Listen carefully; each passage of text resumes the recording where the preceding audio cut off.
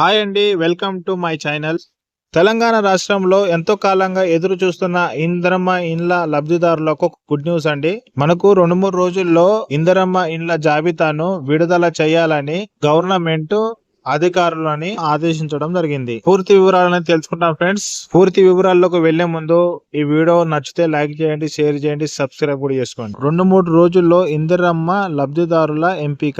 ఇందిరమ్మ ఇండ్ల లబ్ధిదారుల ఎంపిక ప్రక్రియను 2-3 రోజుల్లో పూర్తి చేయాలని గృహ నిర్మాణ శాఖ మంత్రి పొంగులేటి శ్రీనివాస్ రెడ్డి జిల్లా కలెక్టర్ ను ఆదేశించారు. పథకం అమల్లో వేగంగా మరింత పెరగాల్సి ఉందని, లబ్ధిదారుల ఎంపికలో ఎలాంటి అక్రమకు తావు లేకుండా పారదర్శకంగా వ్యవహరించాలని పేర్కొన్నారు. సో ఫ్రెండ్స్, ఇందిరమ్మ ఇండ్ల జాబితాను తొందరగా 2-3 రోజులలో విడుదల చేయమని, జాబితాను విడుదల చేసే ముందు అతి పేదలని గుర్తించమని మన గృహశాఖ మంత్రి పొంగులేటి శ్రీనివాస్ గారు కలెక్టర్లకి ఆదేశించడం జరిగింది. ఉమ్మడి వరంగల్ జిల్లాకు చెందిన ఎంపీలు, ఎమ్మెల్యేలు కలెక్టర్లతో సమీక్షించారు. పేదలకు ఇందిరమ్మ ఇండ్లను అందించాలన్నది ప్రభుత్వ లక్ష్యమని మంత్రి చెప్పారు. ప్రభుత్వ ఆలోచనలు, లక్ష్యాలకు తగ్గినట్టు కలెక్టర్లు క్రియాశీలకంగా వ్యవహరించాలని పేర్కొన్నారు. ఈ పథకం విషయంలో కలెక్టర్లకు ఏమైనా సందేహాలు ఉంటే కాలయాపన చేయకుండా నేరుగా తనను సంప్రదించి